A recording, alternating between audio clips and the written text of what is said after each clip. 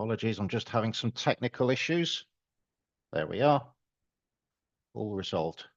My name's John Cunningham, and I'm the FEA's Chief Executive, speaking to you from a sunny West London. So good morning, everyone. Embodied Carbon. We've got a very full morning for you, talking about all things embodied carbon. Let's have a look at the agenda for this morning. I'm going to introduce, fanfare, drum roll please, the FEA's new Embodied Carbon Hub, which launches today, and it includes point 2 there, a couple of new guides on the subject, the FEA introduction to embodied carbon, and a practical guide to embodied carbon. And then I'm joined this morning by some colleagues at CIBSE. And can I welcome Kieran O'Brien, a director at CIBSE. We've got Anastasia Milona, technical director. We've got Julie Godfer, head of net zero at CIBSE, and Ben Arnold, our software product manager at CIBSE. So I'm going to hand over to them for probably the second half of the morning to talk about all things TM65. Now the webinar this morning, and at the end of this, so I'm going to introduce the Embodied Carbon Hub. I'm going to introduce the guides and talk a little bit about the background to them. I'm going to talk a bit about what's happening in the industry around embodied carbon, because I think it's important to talk about the context. And then I'm going to hand over to CIBSE. We've all got questions, I think, about TM65, and it'd be good to understand, and who better to present that to us than CIBSE themselves. And at the end, we've got a Q&A session. So that's the structure for the morning. As it says up there, the webinar is being recorded. It's scheduled to last 90 minutes. And I dare say we're going to have quite a lot to talk about. So it may well last 90 minutes. I'll be presenting the hub. I am supported by in the background. And also Lawrence, a marketing manager from FEA, is in the background helping. We've got colleagues from CIBSE. We've got a chat function. I'm conscious we can't all see each other this morning because this is such a heavily subscribed webinar. We're using a slightly different platform, a slightly different system to our normal webinars. But that does mean that we can't all see and speak to each other. But you can post questions, and I'd ask you to use the chat function throughout. My colleagues will be monitoring those chat questions, trying to answer or prompt me to answer some of those questions. And if we're not able to cover things as we go throughout the session, we'll come back to as many as we can in the Q&A piece at the end. So I'm hoping that sounds like a good morning to you. Now, worth saying that today's webinar, I'm told, is the most subscribed webinar FEA has ever run. We're well into 3 figures of people, hundreds of people joining to talk about embodied carbon. And before I go into the guides and maybe some of the queries that I'm hearing about embodied carbon, I thought it was worth just talking about context and background, and why is this seem to be such a hot topic at the moment, pardon the pun. So climate change, let's start at the top. Climate change remains a critical issue, doesn't it? Fossil fuels, greenhouse gases, hopefully we all know that they are still damaging the atmosphere. That has far from gone away, and the situation is still getting worse. So it's important for environmental reasons, and whilst the governments all over the globe have issues with other matters, the UK government, in the context of all this, is still committed to cut carbon emissions by 85% by 2035. And that's going to be a demanding challenge. And okay, we've got issues in the economy that are certainly front and center of mind, all the noise about tariffs and trade and all of that good stuff that's going on as well. But in the context of all of this, meanwhile, greenhouse gases is still a problem. Pleasingly, in our sector, I feel we are taking it seriously. And that's why there's been a lot of noise about embodied carbon, about operational carbon. I like to think that we are at least thinking about the subject and doing what we can on it. So climate change hasn't gone away, far from it, and it's still a big issue. But why embodied carbon? Now, you could make the case, and it would be a reasoned case, to say, well, actually, surely it's easier to tackle and maybe more effective to tackle operational carbon. If we could get chefs to close fridge doors, if we could stop people lighting the gas burners 3 hours before we need them, maybe that's where the real savings could be had. And maybe it is. Uh, for today, I'm focused on the embodied carbon piece partly because operators are increasingly asking for this data and it's informing their purchasing decisions. And we've got some consultants on the call this morning, especially important for consultants if you're working on large, high value, new build projects. I've spoken to a few people involved in stadium builds in particular. For you, absolutely have to have this carbon data, absolutely essential for you.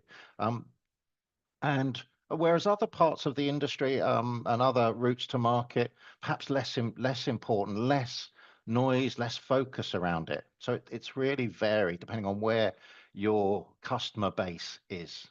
And it has become something of point three there, something of a heated issue. I think there's been demands for data I've heard of, threat of we'll remove you from tenders unless you give us the stats and the data that we're looking for. And some manufacturers I've spoken to certainly feeling forced to spend an awful lot of money providing data, sometimes in a specified way, sometimes using a specified provider, or to undertake and verify some of their calculations.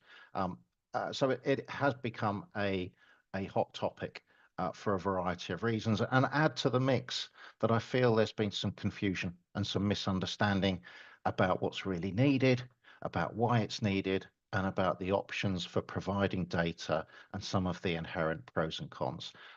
So look, FEA as the trade body for the sector, what can we do to help? Well, what we felt we could do is provide and really gear up the information and guidance that we're providing on embodied carbon. And that has led to the creation of this new embodied carbon hub. Now, Andy, our technical director, will tell you, if you read his monthly bulletins, he's been providing information for the last few years about all things sustainability and carbon and greenhouse gas related. Remember, FEA launched our food service carbon professional training course, gosh, 1.5 years ago, that was launched. But I feel that the noise and sometimes concern about embodied carbon has meant it's been important for us to pull up and develop this hub area and provide some independent information that you can rely on and guidance. So that's what we've done. That's the context, and that's why we're looking at it this morning. And to try and make what can be certainly quite a technical subject, let's try and make it a little bit easy for people to understand and cut through the jargon as far as possible. So that's what we're aiming to. So this morning, we are launching 2 guides in particular. Embodied Carbon, the essentials, a very high level overview of the issues around embodied carbon, why we should be taking it seriously, what we need to do about it. And then the embodied carbon, the box on the right, embodied carbon technical guide. Those are the 2 new guides that we are launching today. And that technical guide is almost a bit of an A to Z of everything you need to know about embodied carbon, some real detail around EPDs, LCAs, all the jargon that we want to throw at you is in there, and also where does TM65 and others fit into all of this. So the hub is in development. There's the URL for it. It's on the FEA website. It's there right now. So if you don't want to be looking at me, you can be searching for it and having a look at that. We've tried to make these guides friendly and accessible. So, oops, I've got a bit of feedback. If anyone's off mute, please can you stay on mute?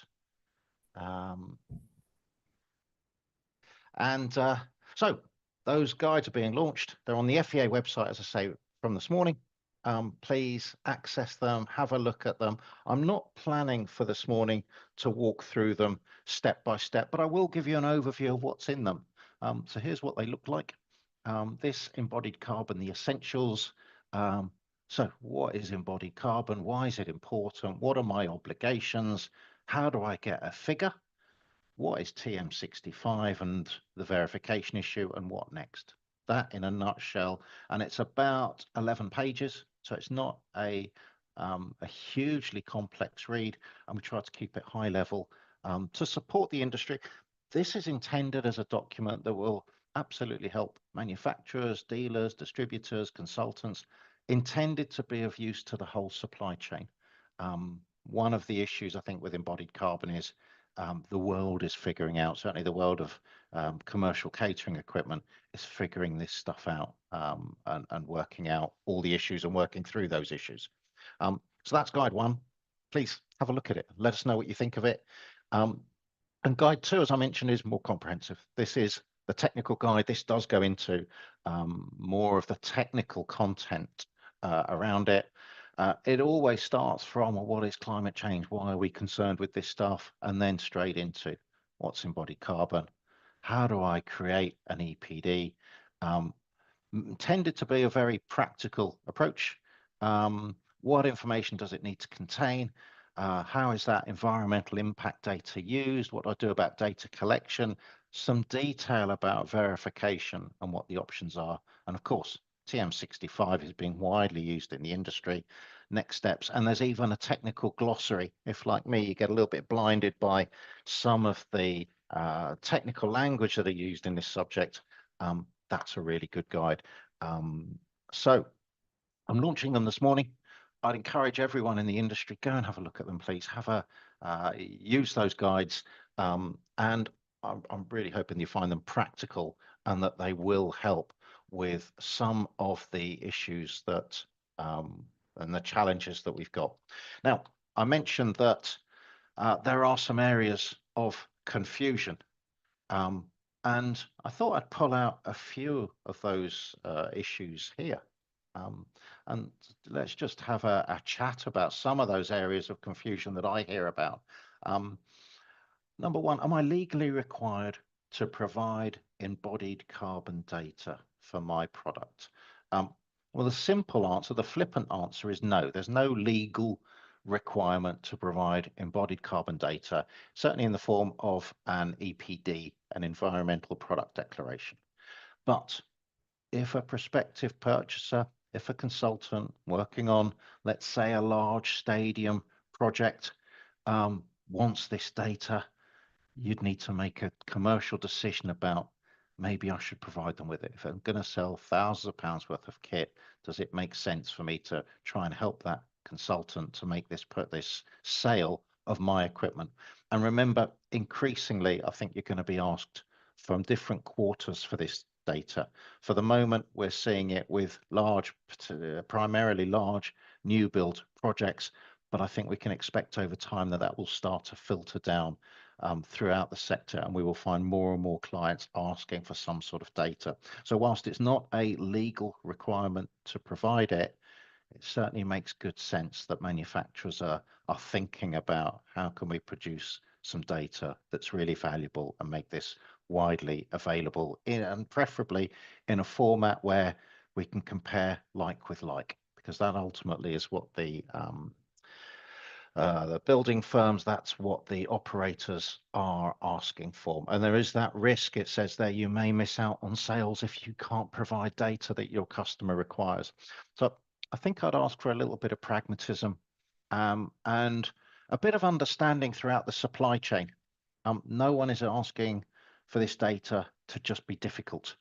I think, on the contrary, we're asking for it because ultimately, further up the chain, we're being asked or required to provide this sort of data. So let's try and help the whole supply chain as far as possible to give what they want so they can help to specify and install and deliver the right equipment in the right spaces. And if I decide I want to provide that embodied carbon data, question 2 there, is verification a requirement? Well, no, there's no legal requirement to provide the data. And if you do choose to provide it, there's no legal requirement to have it verified. But again, if your customer is looking for verification, then it would be sensible to consider it to support the sale. There might be costs associated with verification, but there are some options around how you can get it verified. And the guide talks about there is an option for EPDs to do some internal verification as well as using external businesses that are out there that can help with it. Our friends at CIBSE will talk this morning about their verification option. There are other options absolutely in the market. So have a look and evaluate those. Read the guides. The guides will help you to understand what's required and better understand the options available to you. Do I have to use a particular provider to assess and verify embodied carbon of my products? Well, no. Most manufacturers will have the capability, as it says there, to make those calculations themselves. Whoops. So I've got a bit of feedback there. Don't know if you're hearing that. So no, most manufacturers have the capability to make these calculations themselves. If you want help, there are a few businesses out there with expertise that can help, and it might be beneficial to use a business with experience in the commercial kitchen sector. So you'll need to weigh up the options that are out there. And I have heard there are others entering this market. So expect that landscape to evolve and change. Remember, this is all very new at the moment, and I feel as an industry we're feeling our way around this.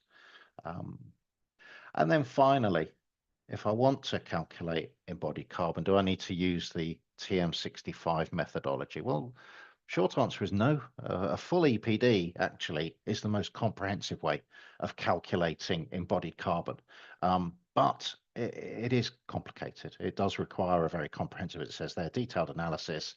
And TM65 in our sector is increasingly being seen as a very practical method. And that's really why we've invited CIBSE along today to unpack and explain TM65 for us. So I would encourage you to spend some time looking at the guides. They're on the Embodied Carbon Hub, launches today, downloadable right now. They are free resources for the industry, both members and non-members, and helpful to understand the entire supply chain and what we're asking for. Is this the last word on embodied carbon? Let's be clear, absolutely not. This issue is going to evolve over time. I'd love to have your feedback on these guides on the hub that we've launched.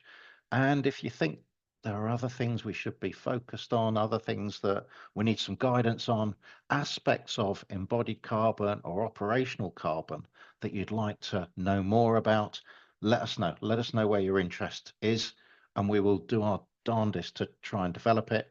And of course, if you want to be an expert in all things sustainability, don't forget that course that was developed over 18 months ago, Food Service Carbon Professional. There's the URL there. You can find it from the FEA homepage. That is a comprehensive training course in all things related to carbon data, sustainability in our sector. And I know some of you on the call this morning are already qualified in this, many more that are studying for it, and probably many more that would benefit from it. So have a think about that as well in terms of upskilling your capability and your understanding, either yourself personally or within your business, on all things carbon related. So I'm going to stop talking there, really. I'm having launched these guides this morning and the hub, as I say, will be evolving over time. I'm going to invite Andy and Adam, who are waiting in the background, because whilst I'm presenting, I can't see the questions that are coming in, but I'm going to invite them to speak up, and whether they've had any interesting questions come in the chat box, or whether we're all comfortable with what we've seen so far. Adam, Andy, what have you seen? At the moment, we haven't had any questions come in. It looks all pretty straightforward with regards to what you've just presented. There's nothing to report from my end unless Andy's got anything to add. No, there's nothing else. There's nothing coming through on the Q&A session or the chat. So I think everything's straightforward. Thanks, Andy. Anything I've missed there that you thought I was going to cover that I didn't? No, I think everything's straightforward enough. I hope there's a lot of information in there that I think people will be grateful to review. And there's links to various bits as well. So it's good clarity for what's happening in the industry at the moment. Thanks, Andy. Thanks, Andy. Right. So, of course, with embodied carbon, the industry is starting to move increasingly towards TM65 as a methodology that we are seeing being adopted. And therefore, I felt it was useful to invite along the Chartered Institute of Building Services Engineers, CIBSE, as we better know them. Sorry, John, we've just had one question come in from Greg Archer, just asking, where do you think this would fit within the service and install sector? Just move on. Yeah, look, I think, Greg, everyone's got to be conscious of environmental footprint. The service and installation sector, well, servicing, you might not be asked to provide this data, but you're certainly going to be servicing, replacing. Spare parts is going to be an area, updating of equipment, the life, the longevity of equipment is absolutely going to be an issue. And I think, Greg, you're probably not being asked for this an awful lot at the moment. At some point in the future, I think you are going to start to be service businesses, certainly installation businesses are going to be asked to provide this piece of data. So evolving piece, I think at the moment we're seeing it start really, the focus is the high value, new build. I mentioned stadium type operations, but expect over time this to filter down. We're going to be asked increasingly, I think, for data at all levels of the industry, and it makes sense for us to get our head around this now. And it's already becoming a hot issue because we haven't quite got all the answers. So hopefully those guides help with it. Thanks for your question, Greg. So I mentioned Chartered Institute of Building Services Engineers, CIBSE, as we better know them, are online. And we have seen, certainly in the commercial kitchen sector, TM65 is becoming widely used as the methodology to measure embodied carbon. And I'd like to hand over to, and I think it's Kieran starting us off from CIBSE. We've got a number of speakers joining us from CIBSE this morning to present on TM65. And including, and we'll hear a little bit later about the verification options that are available to them. Looks like Anastasia, you've switched your camera on, so I'm going to say I'm probably handing over to you, am I? You're on mute at the moment. I'm unmuted now. So. Kieran's unmuted. Anastasia, okay, just off mute. Sorry, you go. Okay, what do we need to do? We've got a slight technical issue there. Is that because of your speakers, Anastasia? Okay. I don't know why. So if you turn off your sound. Bear with us, folks, while we fix this. Yep, absolutely. Best laid plans and all that. Yeah. Can you hear me? And now yes, can hear you. The echo seems to have gone. Sounds good. Try now. Can everyone hear us? Yes. Okay, good. Can I ask, hi everybody, hi, Anastasia Melona, Technical Director at CIBSE. Can I ask my colleague Julie to share the team's presentation? I won't take a lot of time. I just thought I'll introduce CIBSE to those that they don't know who we are. So we are a membership organization and professional body. We obviously represent the building services engineers. Yeah, I mean, I don't know if Julie's available. I'm not able to share screen. I think you need to. Let's see. Sorry. enable me? That's No, all no, right.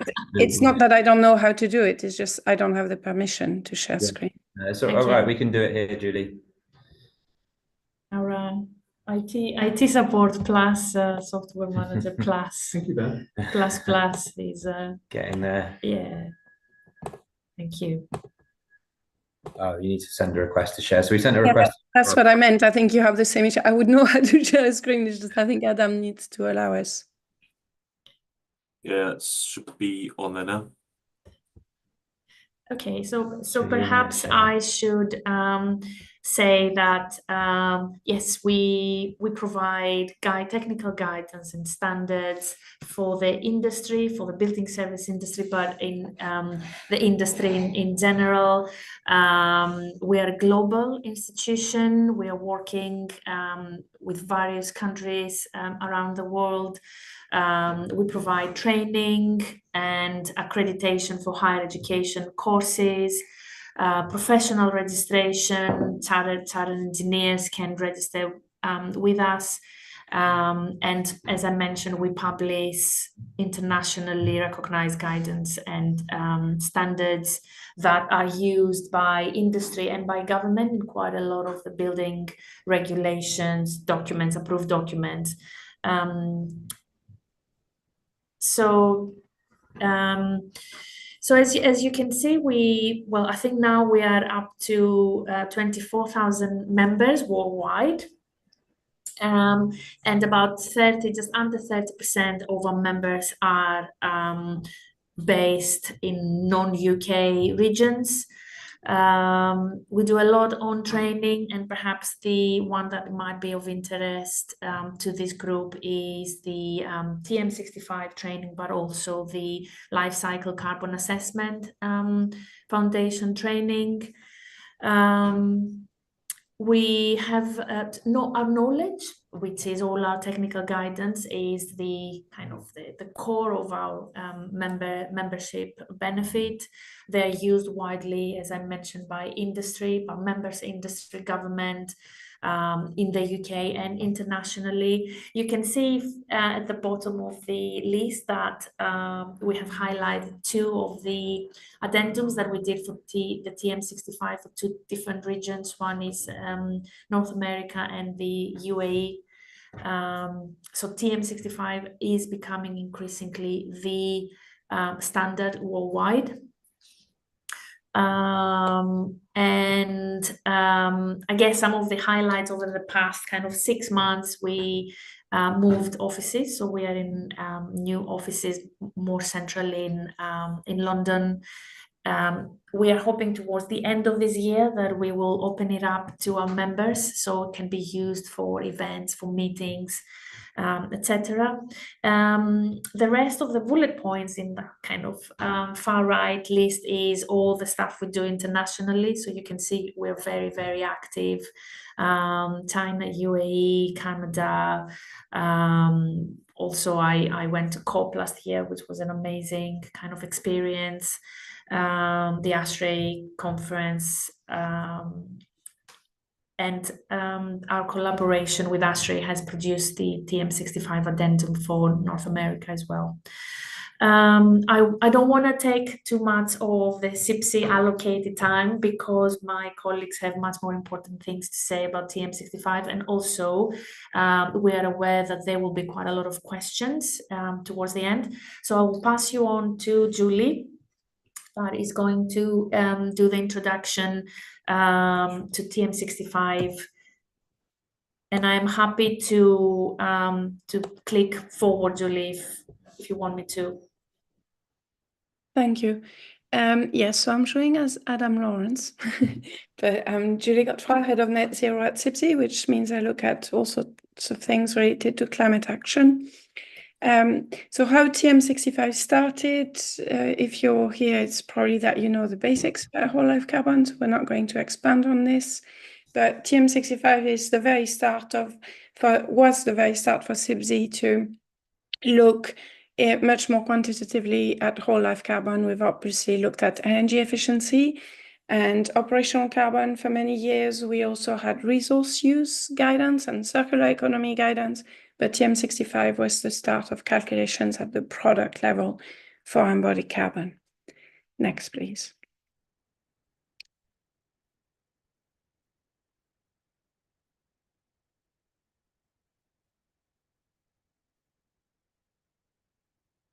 So this page, cibse.org/TM65, pay attention to this link, is probably the most useful.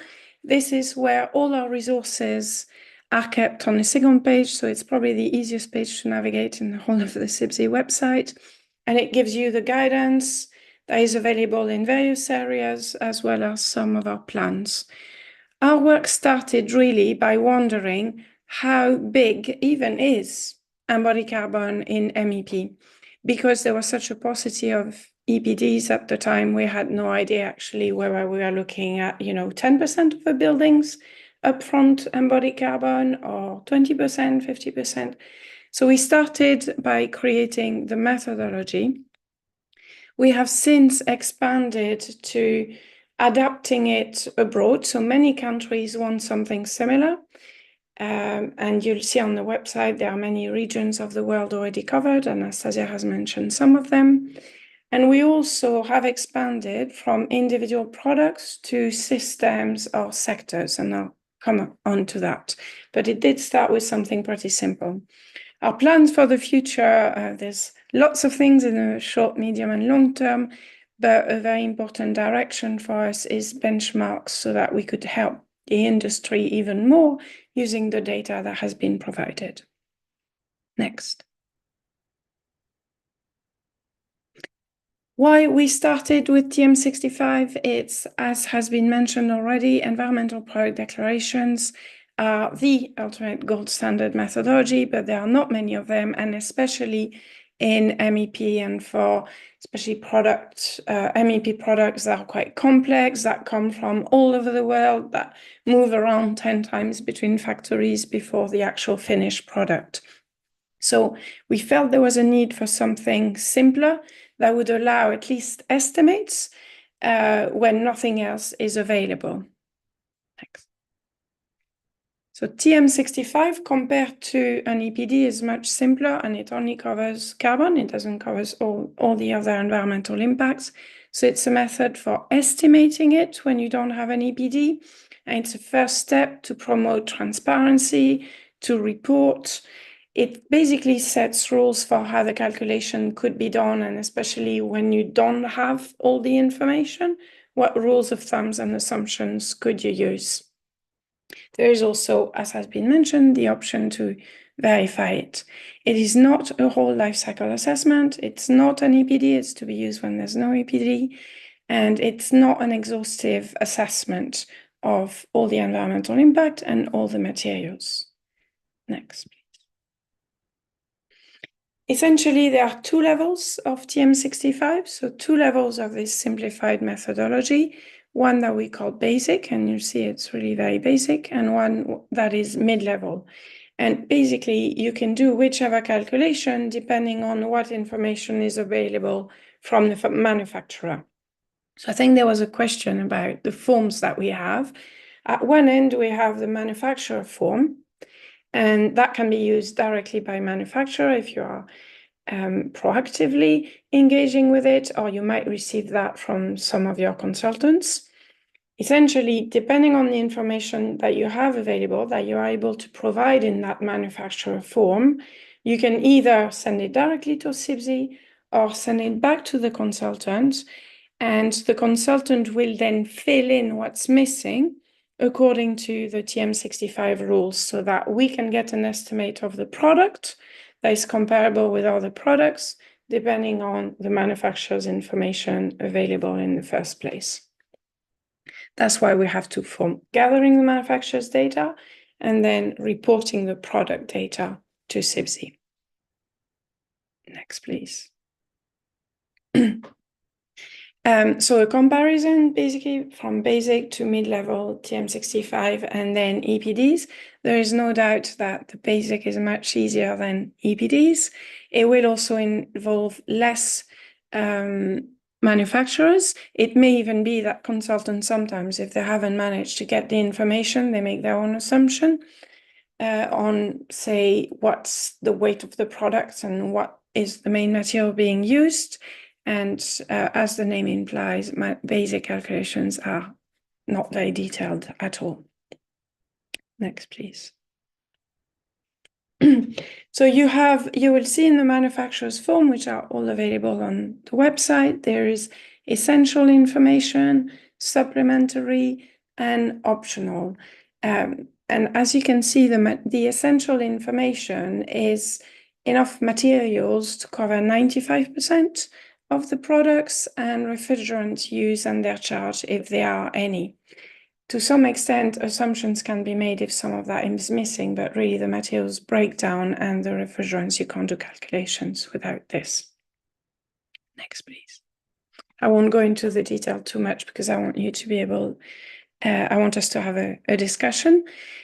So in the basic method, it is really mostly about what material, the main material used and how much of it there is.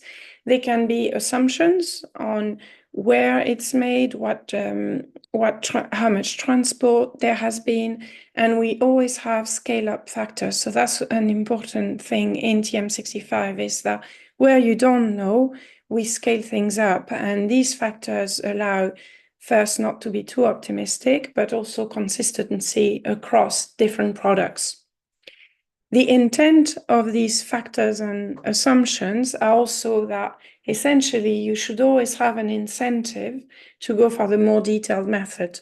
So the scale-up factors in theory mean that you should have a higher embodied carbon if calculated by basic, a bit less with medium, intermediate, and a bit less with EPD. So you always encourage where you can to ultimately go for a more accurate, detailed method.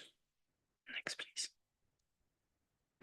As you can see, the mid-level calculation is a bit more complicated. We go into things a bit more, for example, the various stages of manufacturing, where that happens, but we keep that concept of having buffer factors. And you'll also see that refrigerants and the leakage is always an important part of it. Next. There are some examples. We now have really many examples, and this illustrates, as you can see, that in the basic calculation method, there are fewer components, but there is a bigger scale-up factor, and it should lead to the calculation being higher ultimately as a result than the mid-level one. I've mentioned quickly that we have what we call local addendums. So TM65, essentially the methodology can be used anywhere in the world, but these assumptions like scale-up factors, the grid carbon factor, they're all quite UK specific.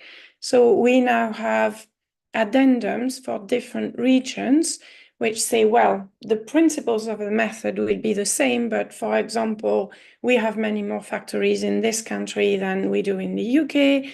Our stuff doesn't tend to come from that country. Our grid is more or less higher carbon. So we change some of the assumptions and default carbon factors behind it, but it's still according to the same framework. We already have some in Australia and New Zealand, North America, the UAE, and we have some in preparation for Spain, possibly also Hong Kong and India, all according to the same framework. We're really hoping, as you can see, we already cover a lot of the world. We're really hoping that this will become more and more easy because a lot of the MEP supply chains are global. So a lot of the manufacturers that have engaged with us starting in the UK actually also cover many other countries. So the product calculation is done, and it's some of the transport and other factors that need to be adapted. But essentially, we're hoping for proper near global coverage reasonably soon. And I'll hand you over to Ben. Thank you.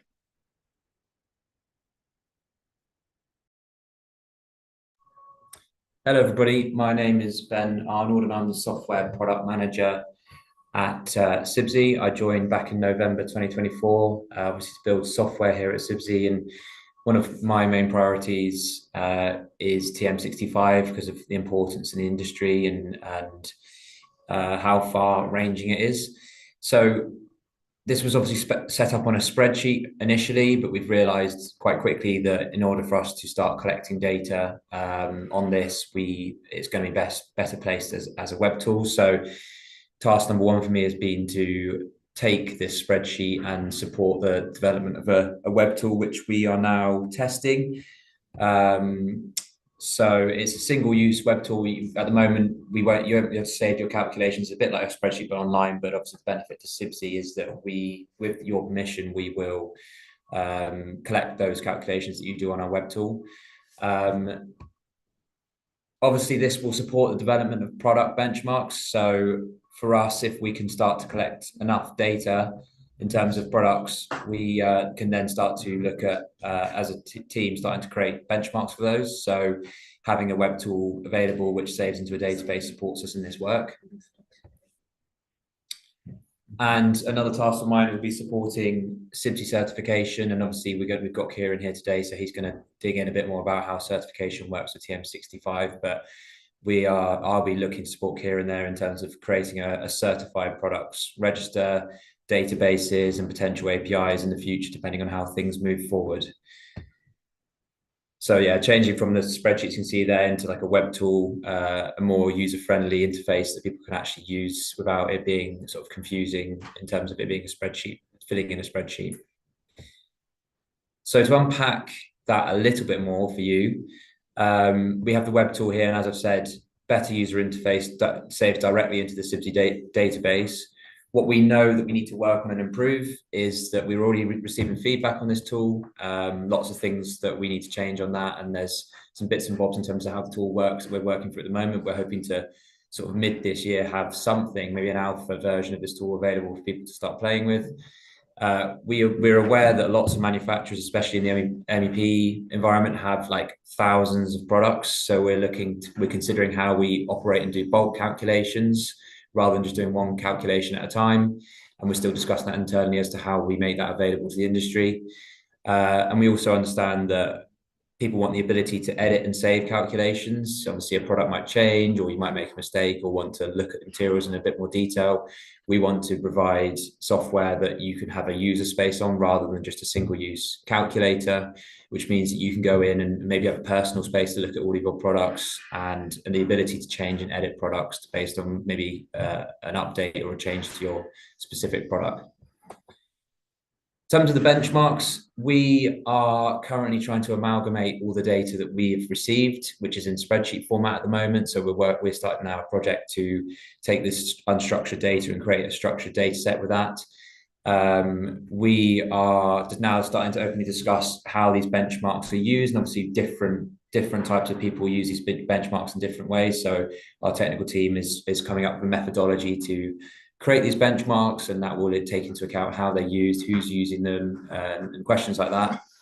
And we're also obviously asking questions about the data quality and ensuring that the quality that goes into our benchmarks is good, and we're providing representative benchmarks as to what the actual industry is showing us.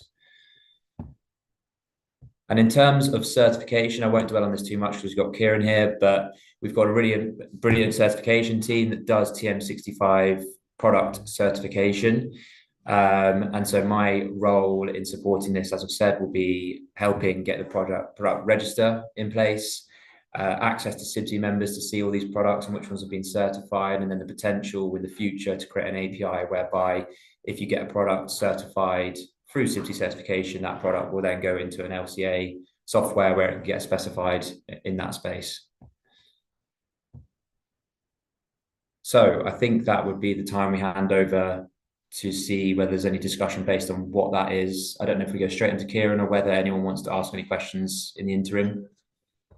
I think maybe we could go back to that slide after Kieran's slot, if that's okay with you. Yeah, sure. So what I'm going to put myself on mute and turn off the sound. We'll get Kieran on to do his presentation. Need to...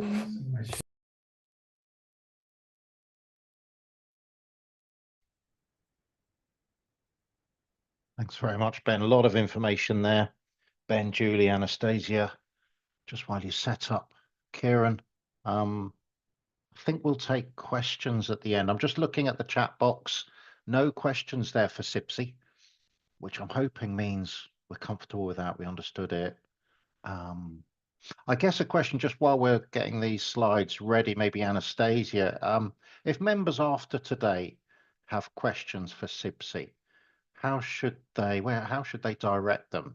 Should they come through FEA? Do you want them to come directly to CIBSE? What's the best way to handle that? And Kieran, I don't know whether you want to take that as a question or Anastasia. Yeah, okay. And you press this, you should be on. There you go, Kieran, I think you're on. Morning, everybody. My name is Kieran O'Brien. I'm the Director of CIBSE Certification. I've got a handful of slides this morning to run through with you, just initially to introduce CIBSE Certification, give us a bit of background about our business, and then also introduce our new service, Embodied Carbon Verification.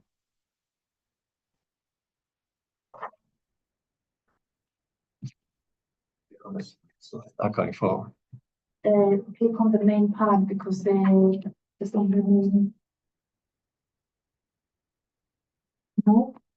Oh, yeah. Right, I think we've managed to move on to the next slide here, but I think I may need some IT help really to move on beyond that. So introduction, first of all, a handful of slides around CIBSE certification and then onto the Embodied Carbon Verification service. Yeah. Yeah. Not too much. We normally work with Teams and CIBSE, really. We're not so familiar with Zoom. Okay, anyway, so just my first slide here is about CIBSE certification. We've been around since 2007. We're a wholly owned subsidiary of CIBSE. All profits generated by our limited business goes to fund CIBSE. Our aim is to promote CIBSE's charitable aim of safe, net zero and better performing buildings. Some of the services that we offer are help manufacturers and other organizations meet various legal obligations. For example, ESOS, UK Net Zero Carbon Building Standard and Health and Safety Work Act.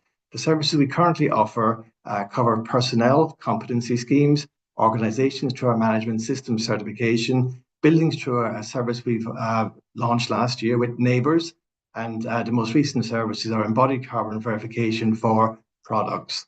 Just to point out, all our management system certification services are UCAS accredited, and we're the sole UK provider of Neighbours UK.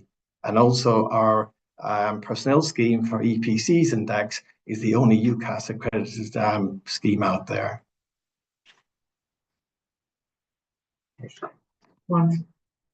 Just an example of the I suppose customers that we deal with.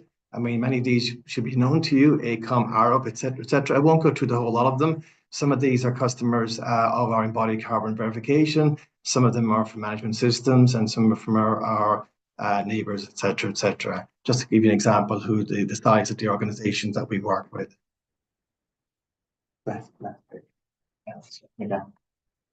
Right, for example, so competence schemes, for example, of these, we've over 1,000 registered competent assessors on our register at the moment, all working to the requirements of ISO 17024.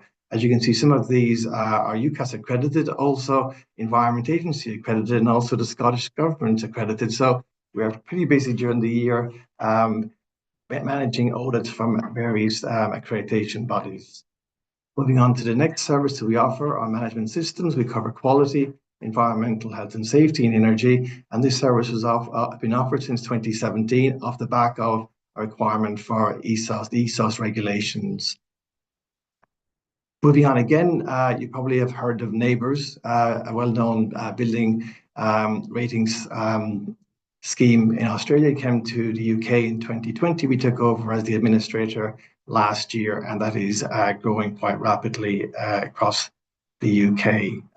Moving on to the main reason why you joined us today is to hear a bit about our embodied carbon verification service. This is a bit of a background on CIBSE TM65, why it's become popular. It's obviously very useful in the absence of EPDs. It's used by manufacturers to self-declare the embodied carbon verification or embodied carbon emissions figures. The methodology in the TM65 only covers individual products, not product families. It's also useful for consultants when comparing and specifying products. The feedback from the market is that consultants are extremely interested in this and access to a database of verified data. And we've had many inquiries from as far away as Australia about access to a database of verified product data. A little bit about it, the background. So last year we developed this body carbon verification service in conjunction with some of the early adopters of TM65. You can see I've mentioned some companies there. They've gone public with their work with us. As a certification body, all our work with individual companies remains confidential. We have only mentioned these names because they've gone to the market and marketed the fact that they have work with us. Likewise, back in my earlier slide where I've listed a large number of companies that we work with, all those organizations are either on our registers already or have gone public that they're working with us. The scheme that we introduced follows the typical requirements of a product certification scheme, ISO 17065. As you probably picked up from the earlier slides, CIBSE certification is working with quite a few of the ISO 170 standards. And that's why when we've developed this scheme, it follows the typical requirements of international requirements. We've worked with many manufacturers and taken feedback from them as the scheme evolved. Right. One of the first things we had to do really was to work out a methodology on how to assess the products. As mentioned earlier, TM65 really covers one individual product, whereas manufacturers typically manufacture products with different sizes. So we had to work out a risk-based methodology around products, variations, etc. The certification lasts for a 3-year period, provided the annual surveillance is undertaken. This ensures that data is monitored on an ongoing basis and any changes to the products are considered and fed into the product certification. As mentioned earlier, certification is completely confidential. So we have had interest when we've been talking to companies about having a product register. So that's something we think will happen going forward. The feedback from the market typically is that from consultants that the TM65 is a really useful tool in comparing products. And again, feedback from manufacturers is that the costs are very competitive when considering EPDs. Again, just a bit of an overview of the scheme. It's for a 3-year certification, provided we undertake annual surveillance to ensure any changes are considered. The application process, simply submit your product details so you understand the size of the product family and your TM65 calculations. What we will do then is issue a quotation so you fully understand the cost around having your product verified. We would then receive an order and take initial audit of your manufacturing site and review the data and any supporting evidence required to ensure that we are satisfied the data covering the inputs is robust, and then we would certify the products. Again, I was asked really for a typical idea of costs. I said this is really based on the products that we have worked with so far. This is a range from simple products like water valves to heat pumps. So this is a typical idea of the costs associated with certifying products, somewhere between 500 to 5,000. Obviously, this is based on our determination about how much time would be involved in verifying the data. So that is just an example of what we have encountered so far. And again, the application process is just repeated down there at the end. Final point at the end of the slides is that we're a certification body, and so we cannot consult. But obviously, we review the self-declarations made by manufacturers, and any feedback we would give, obviously, on what we see. If more information was required, we would say so. But obviously, we cannot just consult and help you put together from scratch your TM65 data. And that's just a typical example of a certificate there that we've issued for one of our early adopters, which you can see on the screen. But this is the initial certificate we've issued. In time, this will evolve as the market demand changes. I think that's probably everything really from me. And I guess I will now stop sharing and mute, and then I think it'll be over for questions.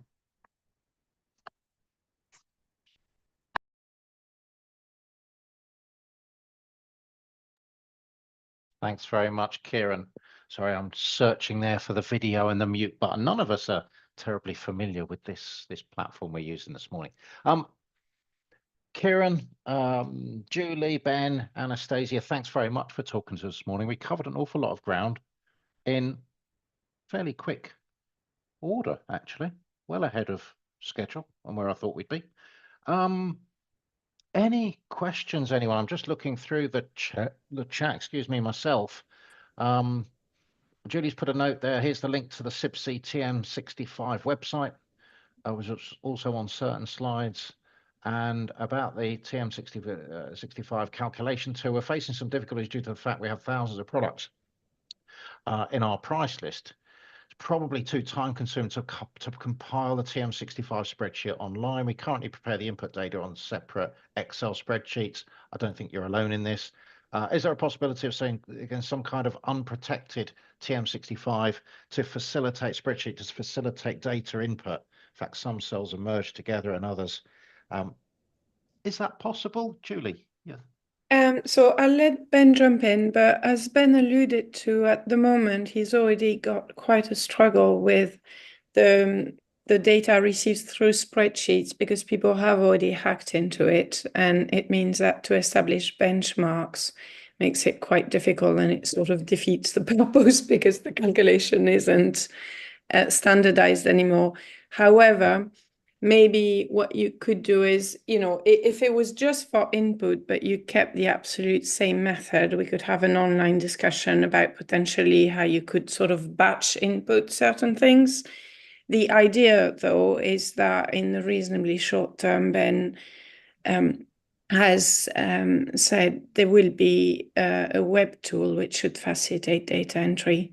But if there are specific cells that you are getting fed up because you're entering the same information 1,000 times, then maybe drop us a line specifically and we could have a look at what might be done in your case. Does that work with you, Ben? Yeah, I mean, you touched on the point about the fact that if you're trying to share data with us, we are trying to create benchmarks, and so structured data for us is easiest. And if people are changing our spreadsheet to suit their needs, which you understand, makes us difficult to collect the data off of them. So our preference is to not change it at all, really. And we are trying to work to basically pick up in terms of our new web tool and other things that we're doing, trying to pick up the needs of the industry. In terms of bulk calculations and better inputs and all the rest of it. But I do understand engineering consultants, from my experience, are changing all the time because they need to do various different things and calculations. But for our preference is not to change. Gotcha. But there's a conversation to be had, Julie. I heard that as well. So if we've got thousands of lines to input, worth talking to. If you want to use the CIBSE tool, worth having a chat with them and just exploring what's practical. Thank you. Not seeing any other questions. I saw some earlier questions about. We do have a couple in the question chat. Q&A, not chat. Yeah. Oh, okay. Can I invite someone to introduce those, Adam? Maybe. Julia said that you'd like to answer this question live. Is that correct? Is that okay with you? Yes. Yes, go for it. Two about a committee or working group. So what we do have, and I'm first of all to the second anonymous attendee that said there was a TM65 working group and you haven't heard about it. I'm not too sure what happened there. Basically, what we do have is an embodied carbon working group, which obviously spends a lot of time talking about TM65, but also other things related to embodied carbon. So please drop us an email and we will add you to that working group if you want to join us. There's a really wide range of sectors represented in that group, and they contribute both to individual tasks and they help us think strategically about where we're going in the next 6 months or 5 years. This is quite a recent group. We only started it this year. And then what we did have at some point is a working group specifically to create a methodology for catering equipment. But at the moment, this is on hold. It's actually a question back to all of you that I think might be useful to discuss. I'll just say it now, and maybe we discuss it at the end of the meeting. I don't know. But basically, I would be really interested to hear from you whether we do need a specific TM65 catering equipment addendum, or actually product level calculations are sufficient, and we should collectively focus on engagement with manufacturers, gathering manufacturing data, and creating product level benchmarks. That TM65 addendum for catering initially, there's value to these addenda if we want to look beyond products, and we want to look at whole systems. So for example, a heat pump level calculation is useful, but to get a real understanding of your options and the best low carbon options, it's really important to look at the whole system, including circulation, the emitters, etc. So that's what we did with the TM65 on heating systems. Now, it may be that you think this is also needed for catering equipment, or maybe you'll say it would be useful if we talk about commercial kitchens and we look at them as a system, but not necessarily for the individual equipment. I don't know. I know absolutely nothing about commercial catering. So it'd be really good to hear your views and whether this is something we could and should work on together.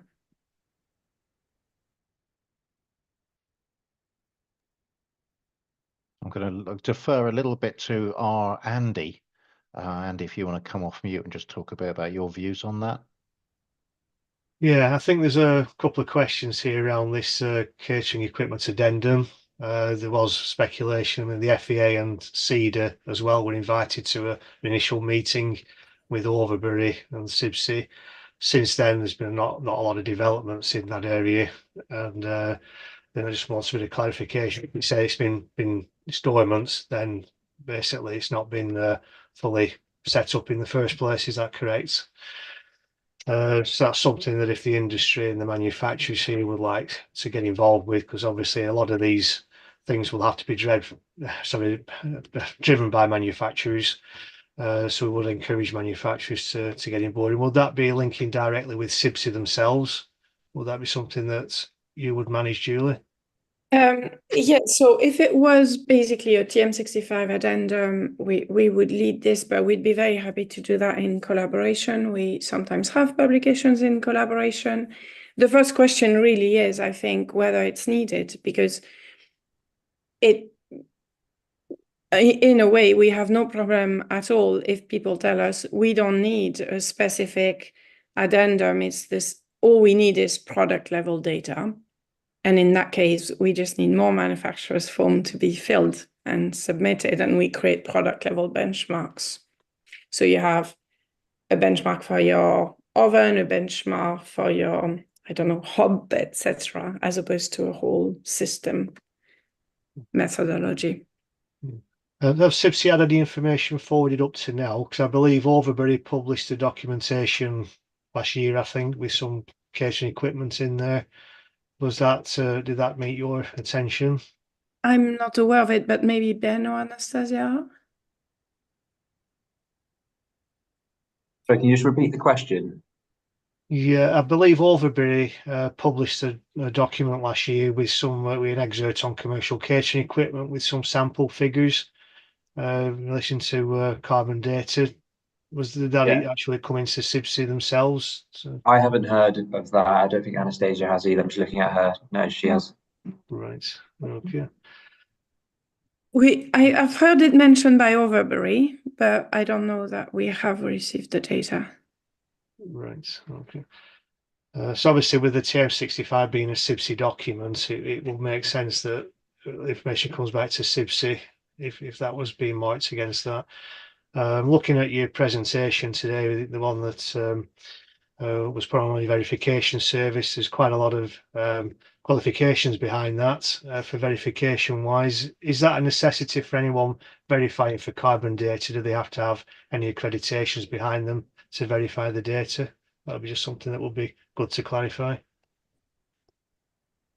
That's from running against charger. Yeah. I can plug the gap if you want quickly before Kieran comes. So anyone can provide the information to CIBSE without it being verified. What it What it just means is that when we create benchmarks in the future, we will attribute it a slightly different importance. And we do have consultants who ask for verified data, but the verification is done by CIBSE. So you can provide the data, you can do the calculations, the verification is done by CIBSE. So if someone's verifying data to the CIBSE TM65, can that only be done with CIBSE if they're verifying to that particular standard? Is that what we're saying here? Yeah, we treat anything submitted to CIBSE externally as unverified data. So if you want your data verified, that's a service that CIBSE certification can offer. Are you asking basically, Andy, that whether there's other people capable of doing that service? Is that the question you're asking? Yes, yeah. That's what he's asking. No, I mean there's no other organization out there that we're aware of currently verifying data. I said what's out there is unverified data, and in some cases you see reports and it looks like it's been verified, but it's basically a manufacturer self-declaration. So if it needs to be verified, we can help there. Okay. Yeah, I think that's clarified what we wanted to get across. We've quite a few comments on there about the catering equipment addendum. Just interestingly enough, you mentioned in your slide the TM65-2 for lighting. Did that develop through an addendum in the first place by creating data to back it up for a change? And could that possibly happen with the catering sector if that was to take place? Sorry, Kieran, you're on mute. Seeing nods from Julie there, yes, and Yeah. yes, I think. So to develop these sort of systems or sector-specific addendum, basically we put together a working group, and obviously you and members would be very well suited to be invited to that working group. And there's two aspects to the creation of these addenda. One is very much the gathering of data, so that we can work out very roughly initial benchmarks of rule of thumbs and an idea of scale, what matters in logistics center, what matters in lighting systems, what are the components people really need to pay attention to.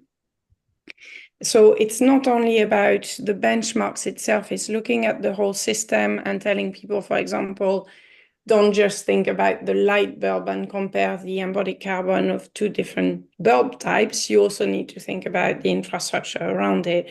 So they are about the system as opposed to just the individual product, which means there is an element that is about product data. And we need to gather a bit of data to create these addenda, but there's also a bit more to it to help people design and know what to pay attention to in the design stage. Does that answer your question? And just one final question, because obviously we get emails coming in constantly as well, relating to this. Obviously, the embodied carbon of the product. When you fill in the sheeting, do you account for packaging material as well? Because obviously people have cardboard and packaging materials. Does that need adding to the embodied carbon calculation methodology for TM65?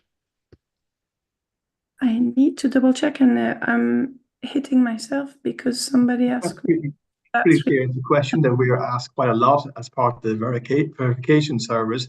No, it doesn't include packaging. Okay, that's clear. Thank you for that. Thanks, Kieran. If I can chip in, there's a few questions I'm seeing posted in the webinar chat that I'm looking at. Douglas asks, what can be done to account for green energy in factory energy consumption or supplier specific product data? How are we allowing for green energy? So that's one where there are rules depending on the countries to avoid sort of greenwash, etc. So I assume it will depend on the countries. I don't know exactly how it was done in other countries, but in the UK, typically, I think we would just allow the average grid carbon. There may be a separate reporting if on-site renewable electricity has been used. I can look at that and respond to you later on in the so you can include it in the follow-up webinar, follow-up email if you want. Fab. Thanks, Julie. That would be good. So Douglas, we'll come back to you on that. And Mick Jarry asked the question, and this is a really interesting one about global manufacturing. I think all global manufacturers are asking where the discussions on TM65 currently sit with FSEM, and if that discussion is expanding to NAFEM, North America, especially with CIBSE now working in North America and UAE. So if I kick off the first bit, Julie, I'll give you a little bit of thinking time on that. FSEM have had a number of FSEM members right now on this call. Very interested in what we're doing here, very interested in trying our best to align with what's happening in the UK with what's happening across the rest of Europe.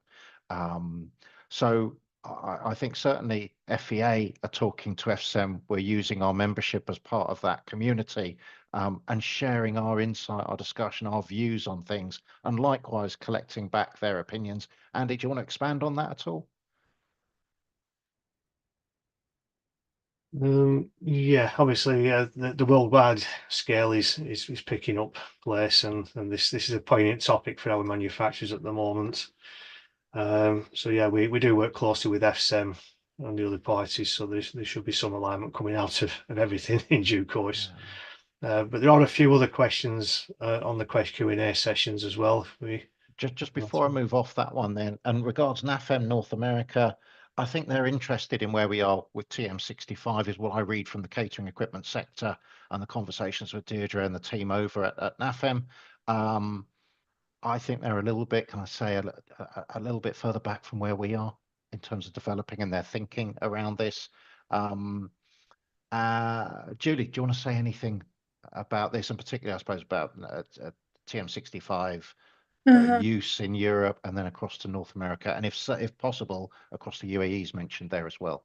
Yeah, so I don't know specifically about the discussions we've had with FSEM, all these acronyms I've just had to quickly check online. Sorry, yes, FSEM, European Federation of Catering Equipment Manufacturers. So it may be that in this original working group on the catering, when we were considering creating a TM addendum on catering, it may be that there were members of these organizations invited. I don't know about this, but certainly it sounds like if we were to decide to properly do it, it sounds like there would be good organizations to contact in order to involve them. Where we have worked, so we have addenda with North America and the UAE, but they are non-product specific. It's more, if you are doing a TM65 calculation in that country, here are all the rules of thumb, the scale-up factors, etc. They are non-specific to catering, but it does mean that, first of all, we've developed these rules of thumb, so we would have a good start if we were to look at catering globally. And it also means that we know a little bit who's working in that sphere in these regions. It's always useful. We found that when we do these addenda, we need someone who really understands the sector, someone who really understands embodied carbon, and someone who really understands the region. So we would be in a good place to start if we were to think about global manufacturers on catering specifically. But maybe, Anastasia, you remember whether FSEM, NAFEM, and NAFES were involved? Yeah, okay. So just to go back to this kind of working group, the CIBSE working group, it was just basically one meeting held about a year ago of a few people. I don't remember international participation. I think it was just UK people, and so they expressed the interest of applying TM65 on catering equipment, but nothing formalized after that. So there hasn't been a formal CIBSE working group working on catering equipment, and two, like Julie mentioned, if we were to do that, these would be people that we would like to get in touch. As far as I know, we haven't had any discussions with them. So just to confirm where we are and what has happened. So I would suggest we start from scratch, take today as day one. And if this is something that we want to do as a working group, then we can kind of take it from here, as Julie mentioned already. Thanks, Anastasia. That's really helpful. Members, look, you heard it here first. If you're interested in being part of this, please contact me, contact FEA, let us know. Andy, did you say you'd seen some other questions in the chat? Yeah, there's one there about how will the TM65 information be available to consultants? They obviously won't want to be paying out costs to have a piece of kit verified, but would need the TM65 information available. And basically, can the consultants request the information through CIBSE? And should they direct the inquiry to the manufacturers if it's not yet available? Oh. Do you want to? I can talk a little bit about that, jump around. Give us a sec, Andy. Okay, no problem. So the first bit about how can we make the information available to engineering consultants, I can speak on, say, the benchmarks, and then looking ahead to the future possible with the register, the verified register, and things like that. So for the benchmarks, we are taking on data from engineering consultants and manufacturers at the moment. Obviously, we've been receiving a lot of data specifically in MEP equipment, but we'll take on, you know, catering equipment in the future as that starts to grow. The way that we'll make that available is we will anonymize that essentially into benchmarks. That's our next big project. And I think we're still in debate about how that becomes available, whether that's hosted in our own software platform, which is available to our members, or whether there's some sort of other way we disseminate it. But essentially, the stuff that's shared with us is not verified, self-assessed stuff will be anonymized into a database and be shared as benchmarks. So we won't be sharing anything that hasn't been checked through by Kieran and his team. If we look at the certified stuff, there's potential there to start sharing specific products that have been certified. And that obviously depends on what the manufacturer's relationship is with our certification team and whether they're happy for us to do that. But from what we've heard so far, a lot of them are, because they obviously want to boast about the fact they've got their product certified. And the plan for that for us is to have both a register where you can see that this is my certificate. I've got myself certified with Kieran and his team. And then potentially into the future, can we start to provide a link to other platforms, say, in our case, for MEPs, where LCA, where you might be specifying these products on a big project, in softwares like OneClick and other softwares, we would like to potentially create an API whereby if you're getting certified with CIBSE, then your product will be fed specifically into those softwares, and then we'd expect you to see your product get specified more in those softwares. Does that make sense? Yeah, thank you. But ultimately, the information has got to come from the manufacturers because they know how the equipment is made. So ultimately, they are responsible for providing the information in the first place. Yeah, but it's interesting with the CIBSE TM65 that is being requested by a lot of the contracts who are doing new builds, which are already under TM65 anyway in the building project. So is what you're saying there, if a manufacturer declares it through CIBSE, the products will be on the CIBSE database for people to pick up eventually? Is that where you want to get to within CIBSE? Yeah, with the CIBSE certification, the relationship's directly between certification and the manufacturer, for obvious reasons. We won't be like taking information from consultants and certifying that. And yes, potentially we create a register. We are currently working through T's and C's for that and just trying to work out how we do that. But essentially, like I say, register of those products. So how that's set out, we're just still trying to work out, but I assume you'd be able to like filter that register depending on what. So if you had want to look at catering equipment, you could just instantly filter for all catering equipment and then pick the manufacturer and pick the product, and then you could see whether that's been certified or not.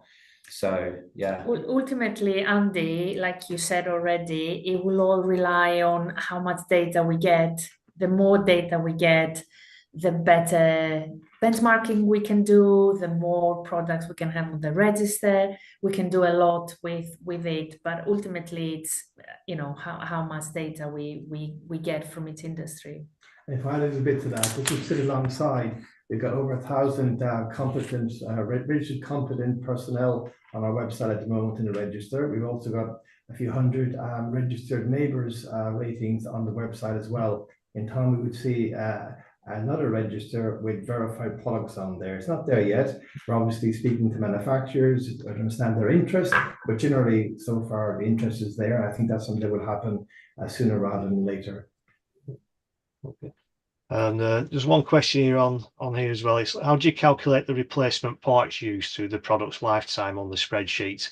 Because obviously on there you've got your repairability side of things, and if you're a manufacturer of, say, a refrigerator, for example, you might expect to change a door seal once or twice throughout its lifetime.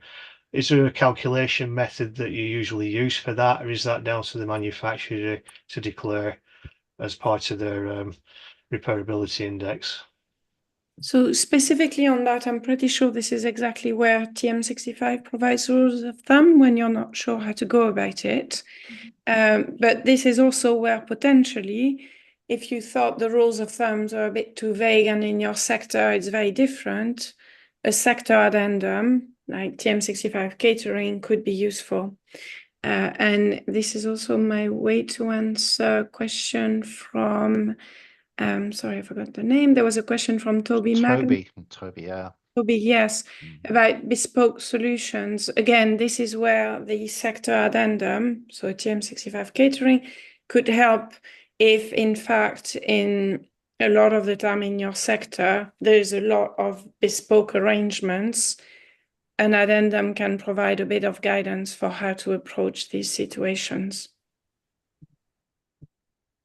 Now, you mentioned the advice from CIBSE. When you look on your website, there are a couple of documentation that people can purchase. I think there's one at £100 and the other at £90 if they're not a member of CIBSE. Which one should people purchase to get clarification of how to fill the form in? Because they are quite extensive documents that you've got on there that gives you full explanations. If you give any advice to people on this course on which one they should purchase for ultimate benefit. TM65. That's really the father of all our suite of publication. It's the core methodology. The rest are sector or country adaptations, but TM65 tells you the main thing you need to know. Yeah, I suppose TM65, the publication to go, so you can actually read and understand the methodology, and then obviously TM65, the calculation form. If you want to find out for yourself what embodied carbon numbers and values your products have, you can then use the methodology in the publication alongside the spreadsheet at the moment to actually get those numbers. And you get everything for free if you're a CIBSE member. Any member, you don't have to be a member, CIBSE, you can be an affiliate, or you get everything for free. And on behalf of the spreadsheet, which is free, is a free database to download. And if you go on your website, that's always up the current version, is it? Because I think you're on version 2 now, aren't you, on the matrix? Yeah, whatever is on the website will be the latest. But we are hoping that will be replaced by a much better tool that Ben is working with a developer to. So in the next month or so, we will be releasing that. So watch this space. We've got quite a lot of questions there that we might have to park and maybe come back to people with the responses afterwards. There's a couple, if I may, that link together. I think you've already answered them, but given that we were asked a few times about, I've had verification done by other organizations, by a third party. Can this still feature in the CIBSE directory? I think the answer I heard was no. Can I just confirm that? Kieran, is that for you? That is correct, yes. This is a service that we offer only. Okay. Fab. I think we've covered the majority of questions. There are some that are directly about people. Thanks everyone attending this for your level of engagement there. Lots of Q&A coming in, which is brilliant, both in the webinar chat, and finally you can tell I found the question and answer box. We will list them all out. I will come back to you. We will come back to you individually on them. We might need some help from our friends at CIBSE to answer some of those, but we'll take them offline. Where are we? 12:27. Said it would end at an hour and a half. I did think we had absolutely shed loads of time, but it's not proved that way, showing what an important issue this is. I'm going to, I think, wrap up there. I'm going to start by saying thank you to our colleagues at CIBSE for joining us. A tremendous amount of experience and expertise shared from the team there on the call. If any members afterwards have questions for CIBSE, what should they do with them? Do you want them to come to FEA? Do you want to hear from them directly? Where do they go? I mean, it depends how many there are, but so first of all, do have a look at the website that we've put on in the chat, and there are quite a lot of FAQs there as well. It's also up to you. Maybe you want to collect questions from your members and send them to us in batches. We're very happy to receive them directly. It's a little bit up to you. I guess if it was CIBSE, I would want to know what my Well, I think if it's good with you, I'd like them to come through FEA, please. Let us collate. I'm really interested. I don't feel we've landed this question about the catering equipment addendum. Now, having that holistic view of the carbon coming out of a kitchen, my instinct is that's going to be really useful. Although we're all providing lots of individual products, actually having a much more a greater view of the kitchen itself might be really valuable. And I'm very open to thinking about FEA's role in supporting and helping to make that happen. So members, can I ask, please, I think what I'm hearing is focus things through FEA, focus through me. I'm going to also thanks. I've thanked CIBSE, fantastic. And this is, I think, today, for me anyway, the start of a closer relationship with CIBSE. So appreciate your time today. The other person I do want to publicly thank is the man there himself, Andy Threlfall, our Director of Policy and Technical. We've all got a sense today, haven't we, of how complex this area is. And Andy, on behalf of the catering industry, has done sterling work to get his head around all of this and share his expertise and help to put things like today together for us. So Andy finishes with the FEA on Wednesday. Gutted to see you go, fella, but wishing you all the best for the future. And we will miss your expertise. But FEA are recruiting for someone. We will plug that gap. So please, in the interim, members, come to me. And I mentioned that the Embodied Carbon Hub, of course, we launched that. Let's not forget, we launched that earlier this morning. It's available on the FEA website. Go to the information tab, and right at the top of that tab, you will find the Embodied Carbon stuff there. Please look at the guides, review them. Tell us what you think about them. It sounds to me like there's going to be areas coming out of today even that we probably need to develop more guidance on, more information on, more pointers towards useful resources. I said it wouldn't be the end of the story today, and it's very much feeling like it's the start of it for us. But please give us some steer. Let's stay engaged on this. It's going to be an evolving piece. No one is going to have all the answers today. But I think between us, if we work together, we'll get the sector into a much better place. So with that, I'm going to wrap up. My thanks to everyone. Adam Lawrence behind the scenes has been helping to make sure that the tech works. And we will no doubt keep talking anon, everyone. But thanks for your participation. Thanks, members, for turning up as well and interacting with us. Really appreciate it. Thank you very much. Thank you. Bye now. Thanks, everyone.